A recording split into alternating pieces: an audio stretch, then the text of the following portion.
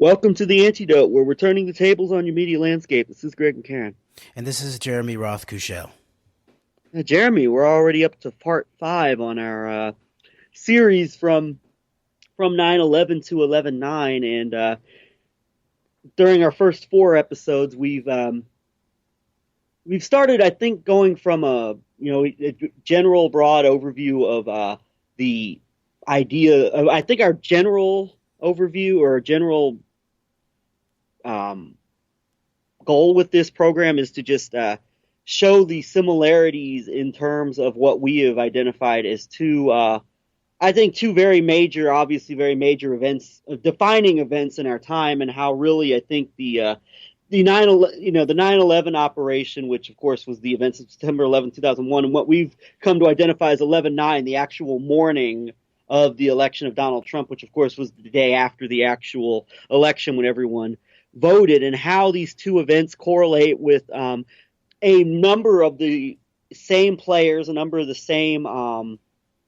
connections in terms of both ideological as well as individual connections and group connections, and just the correlation between these events and how they really do seem to serve as a continuation of it seems a longer term agenda. And a little later on, when we get into talking about some of the some of the aspects perhaps involving, say, a General Michael Flynn and connections to John Singlaub and what that might identify in terms of a longer term operation. We'll maybe go back to that later. But in general, I think in the process of laying out this, I think this larger overall narrative of our idea in mind to just tie these events together, and not just the events themselves, but the bigger agenda that I think both of these events at their deepest levels appear to really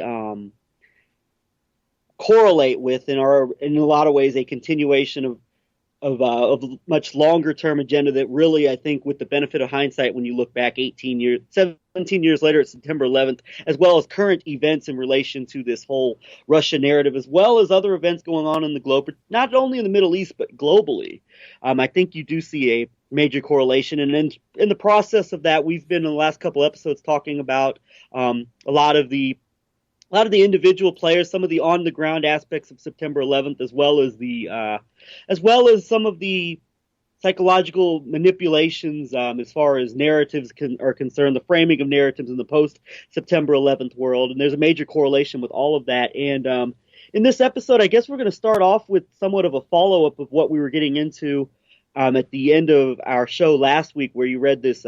We talked about the Fort Lee, New Jersey aspect of the September 11th operation, then got into some of the names of various figures who do tie into the Trump presidency and the all of the aspects and entities and groups surrounding Trump and aspects surrounding Trump, and their connections, connecting someone such as a Witkoff to the September 11th operation, also being very close to Trump. I think we're going to follow up on that. I know you wanted to start with an article regarding the firing of a top the National Security Council figure. They call him an Israeli nuclear spy, but I think he must have been in the State Department. But Okay. I'll get to that in 1 second. Okay. That I did want to just sort of bring people back into this geography really briefly, and that we were dealing with Fort Lee, New Jersey, as a staging ground for this most massive part of the 9/11 operation. And coincidentally or not, I think actually as we begin to lay out that that's also geographically where there's this strong connection to this Russian Jewish mob syndicate that really, it's maybe even bigger than that in a certain way, and bigger than just Russian and bigger than just Jewish. But it's very much the axis of it in terms of key capitals does seem to be an axis between Moscow and Tel Aviv. And so in a certain way, it represents the global conjoining in many ways of the old Soviet sphere. So a lot of these mobsters are not necessarily from Russia, but they're from some of the stands or, from Ukraine or Kazakhstan. And we've also drawn out some of the geography in terms of Eastern Europe and this Hungary connection in relationship to Arthur Finkelstein on the come up, Viktor Orban, who calls him Finky, Putin, Netanyahu, Mogilevich there in the background, and there's key parts of Robert Friedman's book, The Red Mafia, that I believe deals with the how many bombings were going on probably in Budapest, surrounding this Mogilevich organization. So that's a deep aspect of this Soviet sphere in relationship to the Jewish state, and then also a global mob that is tied together, it seems, in many ways, in relationship to this Jewish mob syndicate, but it appears to be ethnically potentially more diverse than that. But that seems to be the tying configuration here between this aspect of September 11th, the geography, Fort Lee, and I read last time through a series of some key coordination that aspects of potentially of this mob set were actually doing in conjunction maybe with more state level covert operators, mainly with a heavy anchor out of Israel in relationship to 9/11. And so I want to go back to that a little bit and finish off the last piece of that article. Because also, as we pointed out, that when you begin to trace this forward, this mob connection becomes blatant in relationship to the 11/9 Trump operation. And yet, in the background are some of the same players, which would include these domestic players, which I think we'll get into a little bit more later, including people like Henry Kissinger, who, by the way, was the first person tasked to head up the 9/11 Commission until he was called out for being too openly compromised by some of the victims' family members. So there is, again, this sort of similar set related in a certain way to both this 9/11 and this 11/9 operation. But this Russian mob shorthand, let's call it, is much more front and center now in relationship to Donald Trump because of the real estate connection and the apparent money laundering over decades and decades, and how tightly this is connected more to this Russian sphere rather than sort of most intensely tied to this Middle Eastern Israel-Saudi sphere from 9/11, although that's also here. So I'm just going to finish up reading the end of this Fort Lee article, Mapping 9. It has different titles sometimes, but the one I'm reading is called Mapping Fort Lee, The Truth Behind 9/11, published by Gordon Duff on May 23rd, 2015. And people can go look at this because what it also is not just words. There's a lot of actual photos that are apparently straight from, I believe, what aspects of the FBI were doing in terms of counterintelligence and counterterrorism operations in following these operations. So there's geography, there's maps and points that are pointed out in terms of where everything was, including these safe houses, these jammers on top of these, what Veterans Today has labeled these JINSA, Jewish Institute for National Security Affairs, or now it's America, condo high-rises, Mossad art students, Mohammed Atta, Port Authority Dispatch, an FBI Able Danger secret headquarters, and then the bomb that was apparently intended to take down the George Washington Bridge, which, as I pointed out before, has been identified by Gordon Duff to have been a key connector in terms of information technology infrastructure, in terms of the Wall Street, the financial system, SWIFT banking, and that part of the potential intent was to take that down. But then I'll read the last part of this article and then bounce back to where we ended up last week. Jammer high-rises as seen from FBI Able Danger parking lot. The real purpose of the 9/11 attack was much more than taking down the World Trade Center. Imagine New York City, the WTC evaporated, the George Washington Bridge sitting in the Hudson, the Lincoln and Holland tunnels flooded, hundreds drowned, and the city entirely cut off and in full panic mode while police and fire radios were jammed. Were other attacks on Washington foiled as well? The White House or Capitol building targets? Could martial law have been declared? Worse? In the end, we got the Department of Homeland Security.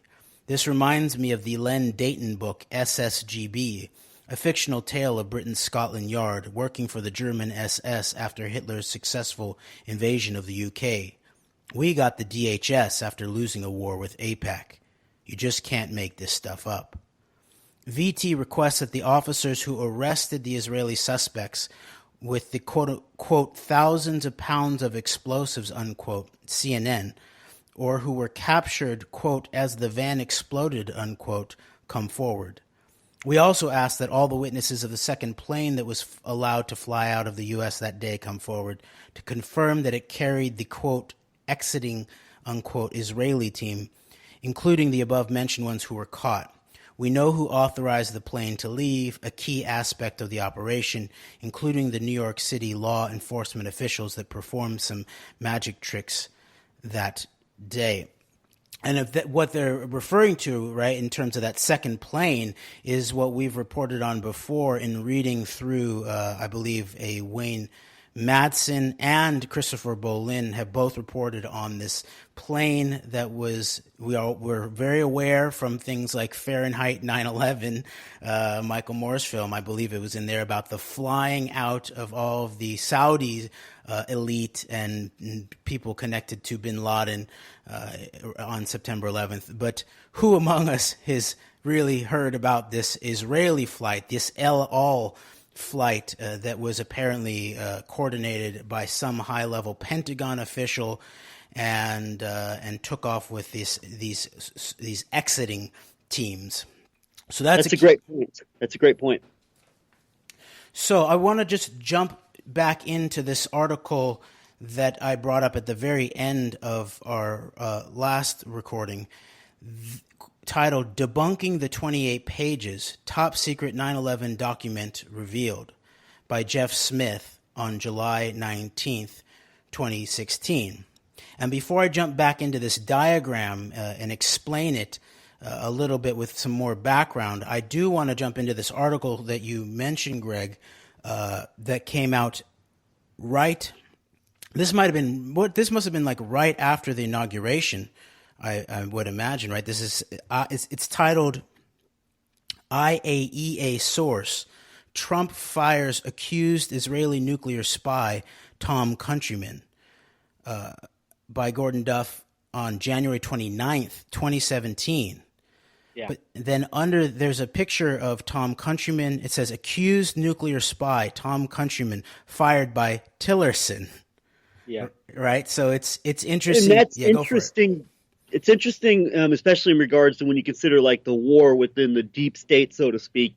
The two primary enemies of like the pro-Trump, very Zionist friendly pro-Trump movement were H.R. McMaster and Rex Tillerson, who were both seem to be moving a lot of more hawkish Zionist partisans within their various departments that they were in charge of. So, and then they were both removed by people who seem to at least are much more friendly to this more hawkish pro-Zionist agenda of the Trump administration, that being Bolton and Pompeo respectively. So that's a great point. And also it might be pointed out that it was this was also Russia. This is allegedly was Russia's favorite pick for Secretary of State, was the oil man Tillerson, who had these deep long-term connections with the Russian government and through his ExxonMobil when he was the CEO, and that they had plans to work on something like a $500 billion project of some sort.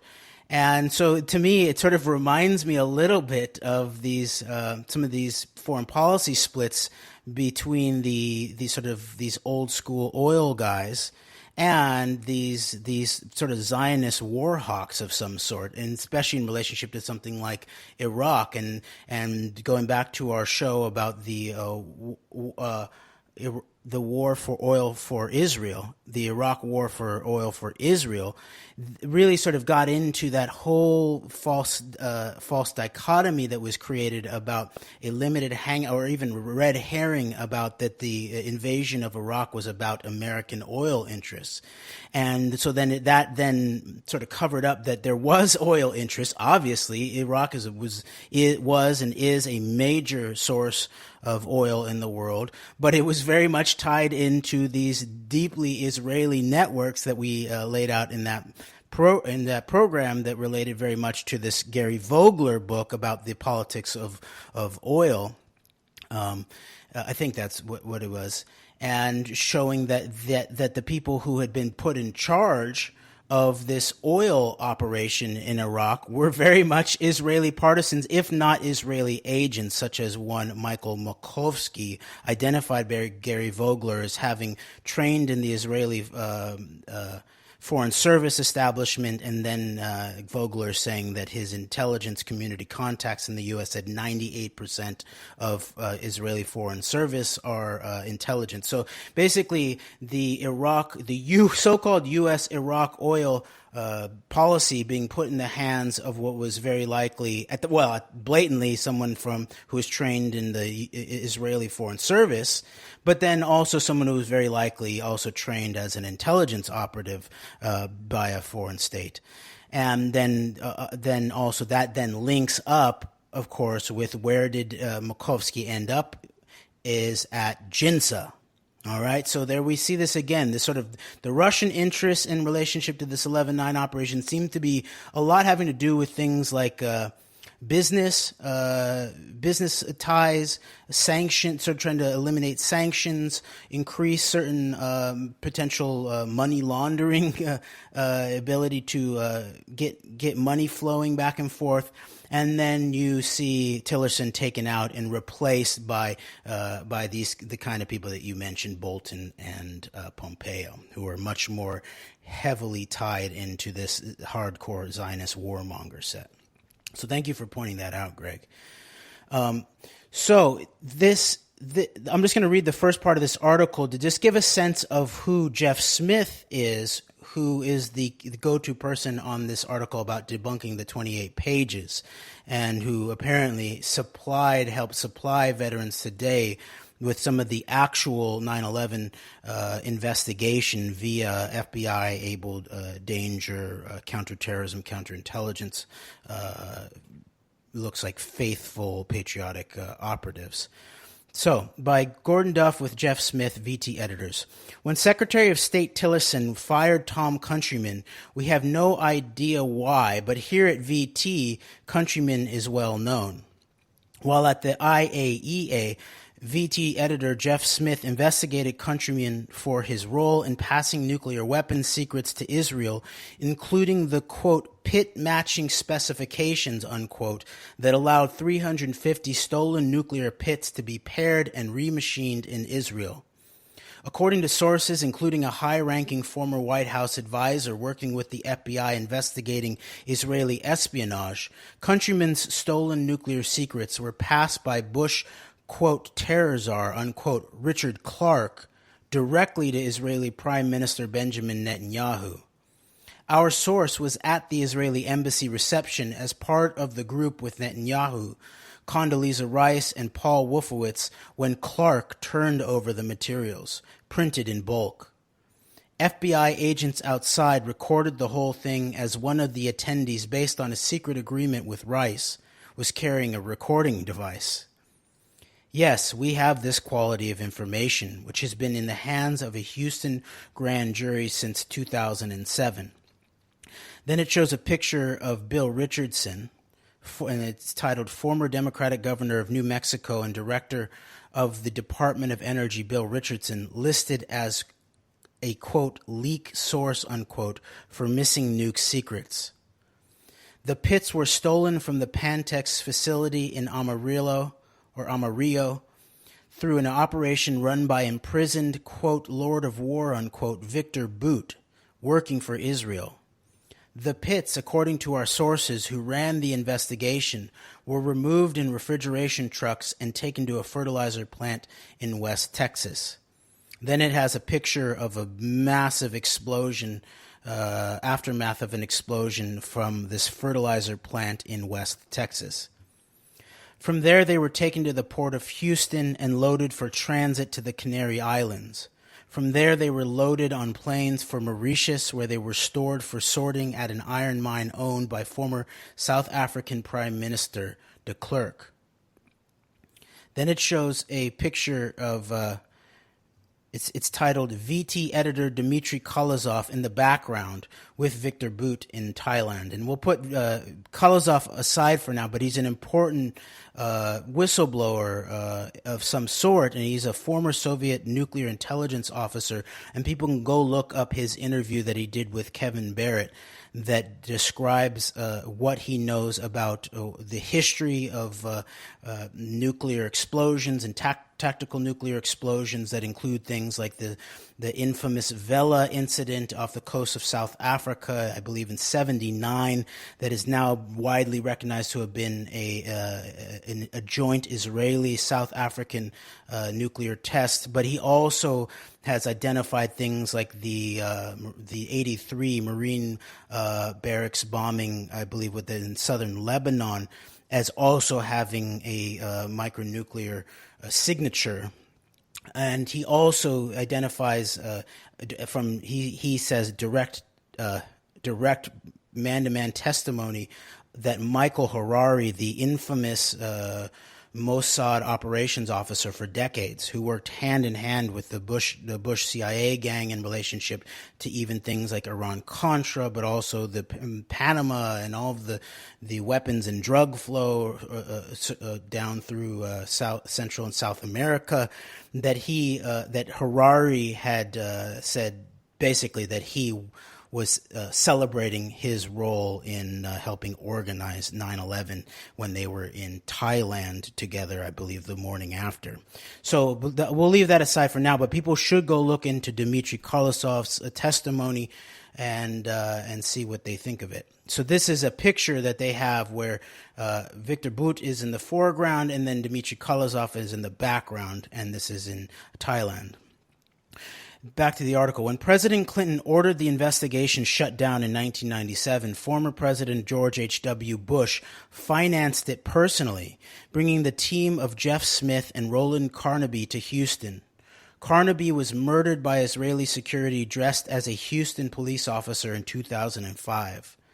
Assisting the investigation were John Wheeler III, murdered and his body dumped in Delaware, John O'Neill, killed on 9/11, and FBI agent Mike Dick, at one time put on a shoot-to-kill order by, quote, mistake, unquote. The story goes on. Read the Guardian version below and background material from VT below that, and I'll just read this little synopsis here. Guardian. The sudden dismissal of several senior officials has left a gaping hole at the heart of U.S. diplomacy. The machinery is still there, but no one is in the cockpit. Thomas Countryman was on his way to Rome for an international meeting on nuclear weapons on Wednesday when he found out he had been summarily removed from his position. The senior diplomat turned around and got on the first flight back to Washington. It was a sudden and unceremonious end to 35 years as a Foreign Service officer, the last 4 months of it as the acting Undersecretary for Arms Control and International Security. But Countryman was not alone. The Trump White House carried out an abrupt purge of the State Department's senior leadership last week, removing key officials from posts that are essential to the day-to-day running of the department and U.S. missions abroad. All right, so there's a lot more to this story, but I'm going to put that aside for now. And Greg, do you have any comments on that and anything more around Tillerson and this potential split, or no? I'm going to let you keep reading for right now. Okay. So moving on to this article that I brought up at the end of our last recording, debunking the 28 pages top secret 9/11 document revealed. This is right around when the 28 pages were released. and pointed out that the top half of it is very much the what we might identify as the intelligence side of the September 11th operation, where you have the Bandar Bush's wife and bin Faisal al-Assad and Omar Bayoumie's wife and Osama Basnan's wife via Riggs Bank to Nawaf al-Hazmi and Khalid al-Midar, Flight 77 allegedly, and box with the 9/11 hijackers connected back through BCCI, plus Osama bin Laden and al-Qaeda into the Safari Club. And then it has a list down of Saudi Arabia, and then Israel is in a box, and then Israel connects down to Israeli Mossad, and then Paul Kurzberg, which when you go scan to the right, you have the list of Sivan Kurzberg, Yaron Shmuel, Omer Marmari, Dominic Suter, or Neat Suter, and these are usually the people that are associated with these are the urban moving systems, the company, the moving company, the Mossad aligned moving company, and also the so-called dancing Israelis. But on the other side here, it tracks back directly from Israel and via Paul Kurzberg into what's identified as Jewish Agency BOG. And Jewish Agency BOG means Board of Governors of the Jewish Agency, which is one of the oldest, I think it is the oldest specifically Jewish organization that's been involved in not only the creation but the sustaining of the Jewish state in its current form. And I believe it's almost 100 years old. And by the way, it turns out that the woman who was asking a question right behind me, right after me, while I was being grabbed, and while we were both being forced out of the Kansas City Public Library Truman Auditorium during interlocution with former Ambassador to Israel Dennis Ross. Dennis Ross also tied into some of these, Washington Institute for Near East Policy, AIPAC associated, pretty hardline think tank, but also we during that about the Iraq War for oil for Israel, we talked about, I believe, how Ross was involved in authoring the Iran policy documents in relationship to people from JINSA, and also one Ash Carter, the former Secretary of Defense. Who also, by the way, I believe we identified also was involved in writing up this paper that prefaced 9/11 by a few years, along with one Philip Zelikow, who ultimately took Henry Kissinger's place, became the official myth maker of 9/11, wrote up according to Philip Sheenan in his book about the 9/11 Commission, wrote up the outline for the 9/11 Commission before it even really got formed, before the commissioners really sat down to investigate. And then also John Deutsch, I believe, was the third and that's person. coming from Sheenan, someone who I think very much adheres to the official September 11th narrative, saying that about Zelikow. So what does that tell you? Exactly. And actually, there's some interesting We Are Change LA video that I made probably more than 10 years ago, where we have an encounter with Philip Sheenan and go over some of these Israeli spy networks with him. And it's pretty interesting. So people can go and find that. But just what I was pointing out in terms of Dennis Ross is when the woman who asked the question right after me, and she talked about what can we do to take on those at the UN who have this the human rights and that whole agenda, or something like that. She happens to have been the representative to the Jewish Agency Board of Governors for Israel, basically, for the local Jewish Federation organization.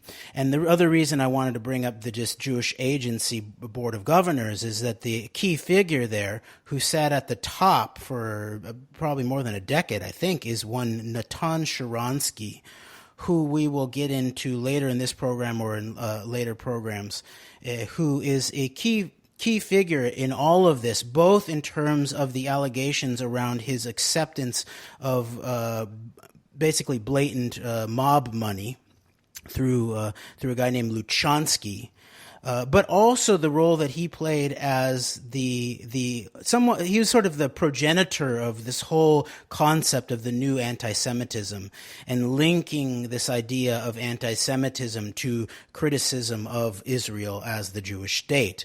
And he also was apparently the go-to for George W. Bush. His book was a go-to for George W. Bush in terms of the PR version, or maybe George W. Bush believed it, I don't know, but this idea of the spreading of democracy, that these aggressive warfare operations against the Likud's Israeli so-called enemies was not about aggressive warfare. It was about spreading democracy, and that everyone would be better. It was a win-win situation, and that comes directly out of Natan Sharansky, who until very recently sat at the top of this Jewish Agency Board of Governors.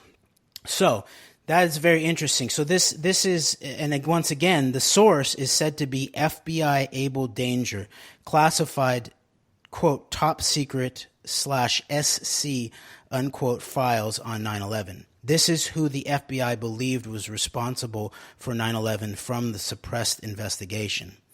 So then from Jewish Agency Board of Governors, there's a dotted line down to Eitan Wertheimer, and it says $250,000. And that $250,000 there is describing this, what's seen as maybe a loan of some sort, but it's potentially a questions about this loan to one Bernard Kerik, the head of NYPD on September 11th, the police commissioner under Giuliani on September 11th, and who was in Israel in the weeks right before September 11th, talking about counterterrorism, supposedly. So maybe it's funny how Kerik was in Israel in the weeks prior to 9/11, and I believe in the weeks just preceding 11/9, Giuliani was in Israel as a cybersecurity representative for the incoming Trump administration. So, interesting observation, Greg. Yes. So I just want to briefly read to give some background on this Bernie Kerik situation. There's this, it's what do 9/11 and Belgian bombings have in common? Bernie Kerik towing the terror line covering for Mossad. On Sunday, September 16, 2001, Kerik announced the discovery of one of the alleged hijackers' passports on the streets of New York. According to him, a passerby came across the passport, quote, several blocks, unquote, from the crash site. This was the passport of Satam al-Sukami. The, quote, passerby, unquote, who allegedly discovered and turned in the passport was never identified. Here's an image of the pristine passport in question. And it talks about the story behind the passport and how it seems like it was obviously planted. And it talks about the lead counsel for the 9/11 Commission, Susan Ginsburg, noted that the passport had been, quote, manipulated in a fraudulent manner in ways that have been associated with al-Qaeda, unquote. The motive is clear. Four of the hijackers of Flight 11, which crashed into the first tower on 9/11, were initially identified as Abdul al-Omari, Amer Kamfar, Amir Bukhari, and Adnan Bukhari. They weren't brothers. Their names were even on the flight manifest. Adnan was a flight instructor at Flight Safety in Vero Beach. Okay, I'm going to skip some of this. We'll get back into this whole aspect of the quote-unquote hijacker operation. But here we go. Was the alleged passerby even real, or were they a figment of Kerik's imagination? We know what Kerik would say to all of this. According to him, conspiracy theorists are, quote, retarded, unquote. But Kerik is one to talk. He's been called a quote-unquote hero of 9/11, and he was Bush's top pick for head of Homeland Security. In 2003, he received a multi-million-dollar contract to train Iraqi police.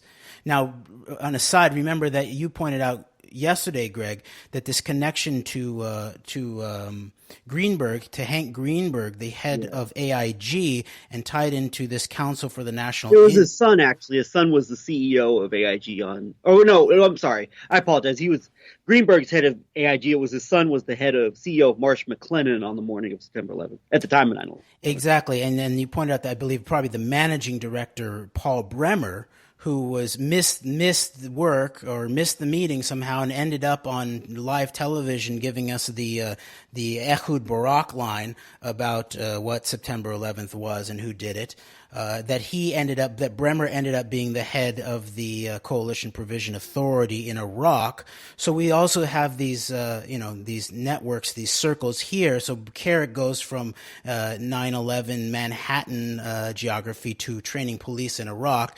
It's similar, it looks like, to someone like Paul Bremer. And by that way, that the elder Greenberg, Hank Greenberg, almost became the CIA director decades ago, but was also the former head, I believe, of the New York Federal Reserve, where there are serious stories about the collaboration with elements within the New York Federal Reserve in relationship to money laundering, in relationship to the Russian Jewish mob. So that there's a tight conjunction of sort of mob action here, I would say, too. So back to this article, in 2003, he received a multi-million-dollar contract to train Iraqi police, but military officials later said, quote, his whole contribution was a waste of time and effort, unquote. Kerik wasn't just incompetent, he was also a criminal, engaged in corruption and conspiracies of his own. In 2006, he pleaded guilty to 2 ethics violations, and in 2009 pleaded guilty to 8 federal charges. By doing so, investigators were willing to overlook his other alleged wrongdoings: mortgage fraud, tax fraud, conspiracy to eavesdrop, lying on his Homeland Security application. I mean, by the way, doesn't this just sound like the current situation with people like Paul Manafort? And by the way, the key character in the mix here, too, is once again Giuliani, right? But there's more to the story of his tax fraud. Back to the story here. According to the New York Times, he received a, quote, loan, single quote, scare quote, loan for $250,000 to renovate his Bronx apartment from a New Jersey company, Interstate Industrial Corporation, which has been accused of ties to organized crime. In return for their work, they allegedly wanted a little, single quote, help obtaining a city license. After coming under scrutiny for the single quote loan in 2005, Kerik apparently repaid the money. But that doesn't give the whole story. Another New York Times piece gives more detail. In filing the charges, prosecutors with the United States Attorney's Office declined to identify, quote, wealthy Israeli industrialist, unquote, said to have financed the loan, or to name the, quote, Brooklyn businessman, unquote, said to have served as an intermediary in the transaction, referring to them only as John Doe number 7 and John Doe number 8. But interviews with people who have been briefed on the transaction indicate that the industrialist was an Israeli billionaire and philanthropist, Eitan Wertheimer, whose family's vast holdings include companies with the United States Defense Department contracts. The Brooklyn businessman was Shimon Cohen, a marble and stone merchant who has been a friend of Mr. Kerik's for several years. Mr. Wertheimer and Mr. Cohen declined to speak about the loan or the reasons it was made to Mr. Kerik. 2 years ago, though, Mr. Cohen was interviewed by city investigators and described the 2003 loan as an informal transaction. He said that in handing the money over, he had not discussed any interest with Mr. Kerik nor set any timetable for the repayment. The $250,000 loan to Mr. Kerik was provided in a personal check written by Mr. Cohen to Mr. Kerik's wife. There was no written agreement that outlined the terms of the loan. And just a little bit more here. The indictment says that the money actually came from the wealthy industrialist from whom Mr. Cohen had borrowed the funds. Prosecutors have not offered any explanation as to what might have brought about the transaction or why Mr. Wertheimer did not provide the funds directly. Mr. Wertheimer met Mr. Kerik through Mr. Cohen, a longtime friend, according to associates, and the two spent time together during Mr. Kerik's trip to Israel in August 2001. Later that year, as he left his New York City police post, Mr. Kerik handed out 19 gold and blue enamel badges that declared the recipients, quote, honorary police commissioners, unquote. And Mr. Wertheimer received one, as did Mr. Berman and Judith Reagan, then Mr. Kerik's lover and publisher.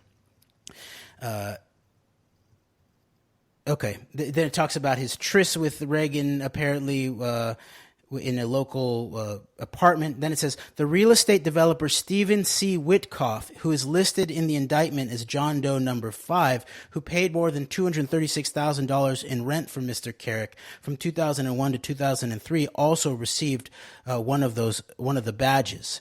In Israel, Mr. Wertheimer serves as chairman of Iskar Limited, a privately held metal cutting tool business that is one of Israel's largest companies and one that sold 80% of its stock last year to Warren Buffett's Berkshire Hathaway. The indictment referred to him as an industrialist whose companies, quote, did business with the federal government, unquote. Wertheimer, because it's like they're German Jews, I think, is the background of the father.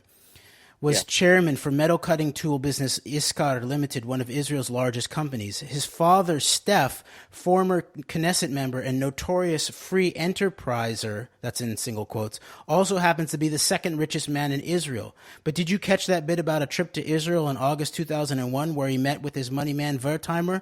He traveled there for 4 days at the end of August, video footage here, and you'll never guess why. Okay, I should read a little bit more of this, and I will, but I also want to pick back up on this Wertheimer connection that I believe is also pretty directly a Talpiot program connection. And so isn't this interesting here that these two main people who gave these loans, so-called, to Bernard Kerik, who became the key operative on the ground in the wake of September 11th in relationship to police action, faithful police action regarding Israeli operatives that were apparently trying to make things even worse than killing thousands of people and destroying buildings, that he was in the key place to make sure that this was brushed under the rug and these people subsequently sent home by higher-ups, it looks like. But let me just finish up a little bit here. Back to this article. Shalom, Bernie. Police Commissioner Bernard Kerik leaves tonight for a 4-day trip to Israel, where he will meet with government officials to discuss anti-terror tactics and Israeli traffickers of ecstasy pills. I think this is quoting another article called Shalom, Bernie. Israeli traffickers of ecstasy pills. Kerik was invited to the violence-racked region by Israel's Minister of Public Safety. Mayor Giuliani approved the trip. The visit is considered official business, so New York City taxpayers are picking up the tab. Kerik is not bringing any NYPD terrorist or narcotics experts with him.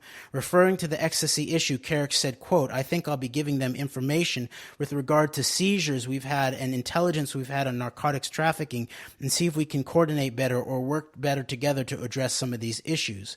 There have been several federal and state prosecutions of drug dealers who are Israeli nationals, but authorities believe Israel is a transshipment point rather than a producer of the pills.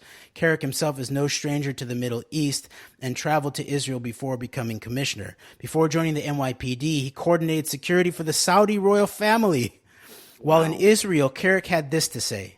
Kerik was in Jerusalem yesterday to discuss common concerns, including terrorism and narcotics trafficking, with Israeli Police Commissioner Shlomo Aharonishki. Quote, I thought that if I'm going to come, this is the time to come and send a clear message. You can't be intimidated by terrorism, unquote, he said after the meeting. Quote, people shouldn't be afraid to come to Israel, unquote.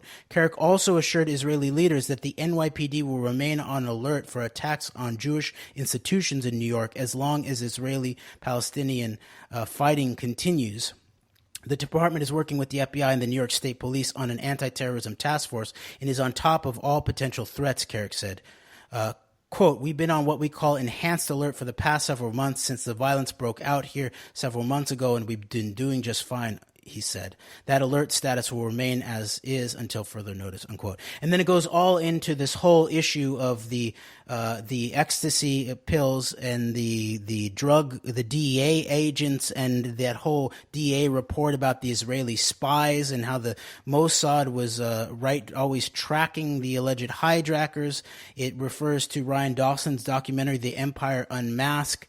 So there's a lot more here. And then right down here, it says, coincidentally, Eitan Wertheimer, whom Carrick visited 2 weeks before 9/11 and who later loaned, quote unquote, loaned him $250,000, has been on the board of governors for the Jewish Agency since 2004.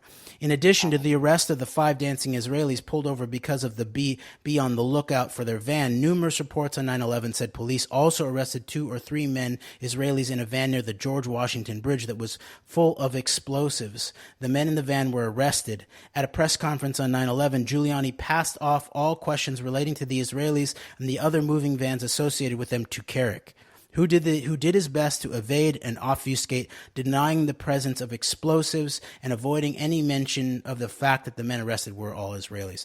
And there's more here, but I just want to jump into this question of the Wertheimer connection to Talpiot, because I believe, isn't this interesting, like I said before, that these 2 connections here, Steve Witkoff and Wertheimer, are connections to 9/11 and 11/9 via Witkoff and Trump, but then also Talpiot and 9/11. So very, very interesting, directly coming up, allegedly out of the FBI's Able Danger investigation. So, all this is just coincidental, though. I mean, the New York Police Commissioner visiting Israel just before September 11th and hobnobbing with all the high-ranking Israeli officials to discuss terrorism, counter-terrorism techniques. It's all just coincidental, I'm sure. And isn't it interesting, too, that in reading through that, it mentioned that Warren Buffett had bought the Wertheimer's machining company. And by the way, they also have a company called Blades that creates things for like jet engines. There were a lot of influential figures that could very well have been related to the events of September 11th from a domestic perspective. Were at the I believe it's the Offutt Air Force Base in Omaha, which is right in Buffett's home territory. I believe he was hosting a lot of these. What was the direct specifics behind that? Yeah, there was a Buffett, I believe, was hosting a VIP golfing event that invited a lot of the high profile CEOs, some of them who apparently would have been at the World Trade Center that day. So, here's an article from Hadassah magazine in 2007, November 12th. Feature the $4 billion man, and they're talking about the Wertheimer father. And Wertheimer's reach extends beyond industry. On the road to Tefen is Kfar Vradim, the Rose Garden village. Set up by Wertheimer, the upscale town is a model community with an array of services, a well-groomed place where even the municipal garbage dumpsters are hidden. Okay, skipping forward. An educational network that spans the entire region, also spearheaded by Wertheimer, offers mentoring for older entrepreneurs and post-high school and post-army vocational training. Quote, many hundreds of people, both children and adults, unquote, go through the schools each year, says Dan Sharon, who became head of Wertheimer's educational services 2 decades ago. And it talks about these network of roads and the superhighway and any improvements not directly financed by Wertheimer can be attributed to the impact of the industrialization he has brought to the area. The developments of the last 20 years may only be the start. According to Wertheimer's son Eitan, 53, who now runs the family empire, much of the money from the Iskar sale will be invested in the region. Quote, there are a lot of empty mountaintops here, unquote, he was quoted as saying in the Hebrew press, though he has said it is still too early to talk about plans for building in any particular area. Okay, now here, craggy and still sharp at 81, the elder Wertheimer now concentrates on making his vision of what he calls, quote, the third stage of Zionism, unquote, come true. The first stage, he explains, was establishing agriculture.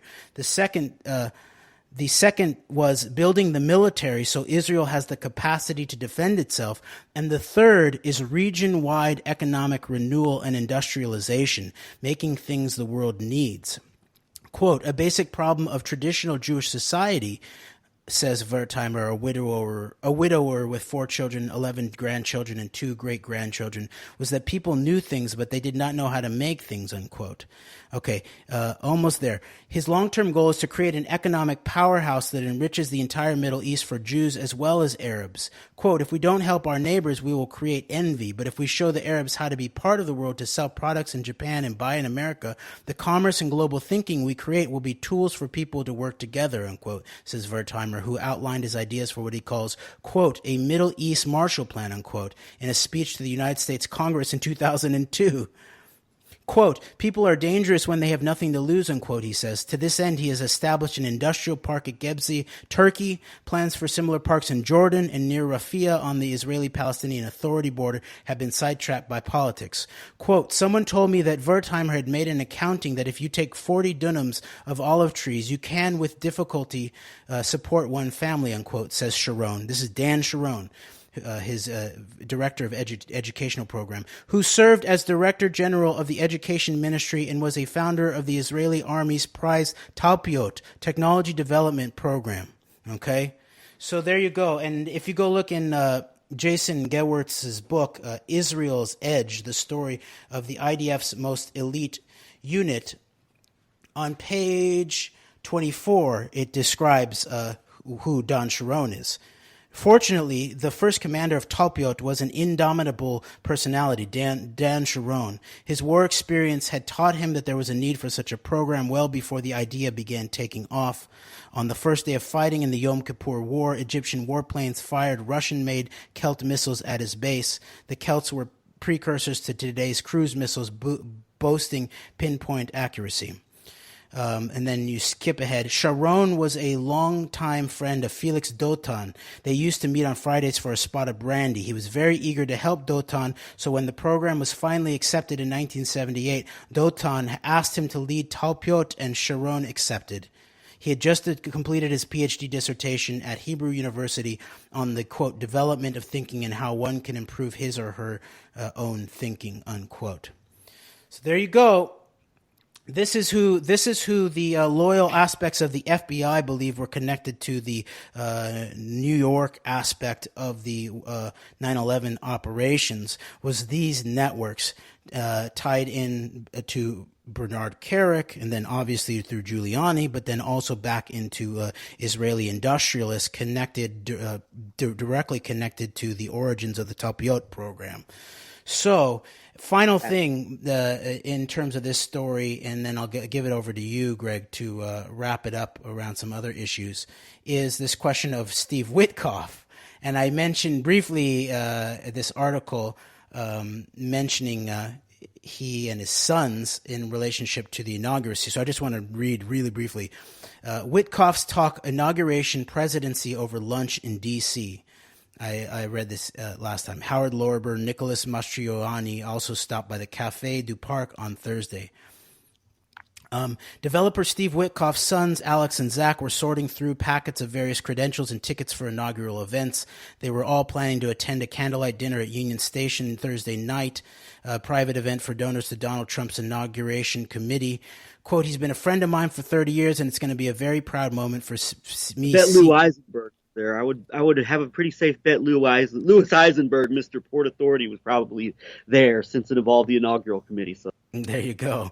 For seeing him sworn in, Steve Witkoff said over bread. I think the country was looking for a real change where someone would finally make decisions. One thing I know about Donald Trump is he's a decision maker, unquote.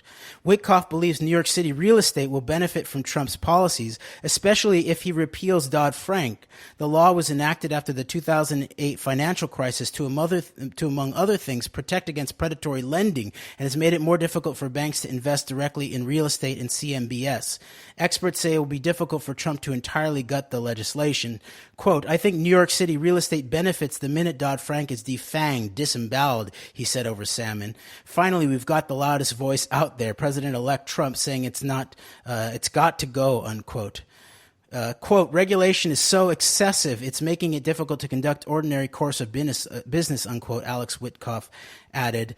And just by the way, this is, I think this is hinting at this whole idea of the way that there's a cutout in the Patriot Act also that has exempted close analysis of things like real estate transfers. So the real estate, as we've seen from this whole decades long background of Donald Trump, is the perfect operation to launder millions, if not billions, of dollars of mobbed up money. So that's what I think this represents. And so in the final paragraph, it says, the discussion at some point turned to the fact that the Witkoffs seemed to me be missing their credentials for the inaugural Liberty Ball. No matter, everyone seemed to agree perhaps a call to Charlie Kushner could help sort it out. So, Greg, we have about 4 minutes left. Do you want to touch on this other topic? Yeah, just a little bit. And this is, I guess we always can go back and discuss and go back to this topic. And I thank you for breaking all that down. I mean, I think in the between this and I think this this article that you read from a couple weeks ago regarding the Wayne Madsen article regarding how Israeli fingerprints are basically all over the hijackers, the Saudi hijackers, which is used as by the proponents of the Saudis did it narrative, or the way to portray just simply if there were aspects of the U.S. government, it was only that they, the whole Saudi Arabia narrative. So between those two articles and some of these dots here with Witkoff and a lot of these other figures you just talked about, and the correlation between the Giuliani, Carrick, and Israelis obviously coordinating at levels just prior to September 11th. I think that this is all vitally important. So I thank you for reading from these articles. These have been excellent finds on your part, and I think we have a great ability to take other people's work and I think in some ways expand upon it and look at it like, look at these articles with some benefit of hindsight and also looking at current events, and you just see just how important these articles are. So I'm glad we're able to do that here on The Antidote. And I guess for the last couple of minutes, I wanted to discuss and we can go back to this as well, a very interesting, it's not necessarily a direct connection to anything in particular, but it does, I think this speaks volumes about the continuity of the various networks that are involved in shaping a lot of the conservative right-wing nationalist Zionism narrative on both a domestic scale as well as a foreign scale. And that was recently at the I don't know if it's a banquet. It was an annual event that the Phyllis Schlafly's Eagle Forum holds. Phyllis Schlafly is like the queen bee of the modern conservative movement, and she was one of the first major figures to endorse Donald Trump for president. She passed away a couple years ago. And anyway, this event was done in conjunction, by the way, with the Gateway Pundit. It was, of course, the head of the Gateway Pundit, Jim Hoft, who was seated standing at the table with Benjamin Netanyahu and Andrew Breitbart during the event where Breitbart was conceived in Israel, as the article by Breitbart CEO Larry Solov laid out. So at this event, General Flynn was awarded the John Singlaub Award for service to America. And I find this interesting because you go back to John Singlaub. Singlaub is one of the foremost figures, I think, in terms of the modern right-wing movement from a military perspective. He was the head of the very influential Western Goals Foundation, and he was heavily involved in the Contra efforts in Nicaragua and the whole Iran-Contra would have very much had Singlaub would have had a key role in that. And of course, Singlaub worked very closely with one Oliver North. And I find this interesting because in tying these networks back, you think about Oliver North. Oliver North currently the head of the National Rifle Association. And we 30 know seconds left, Greg.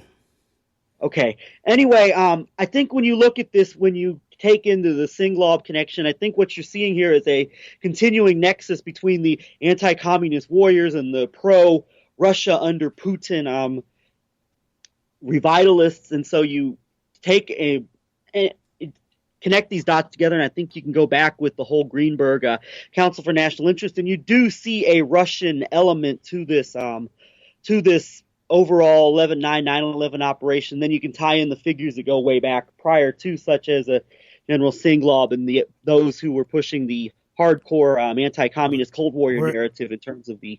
We're at the end, Greg. I'm sorry. We'll return to this in the future because it's an important narrative. And by the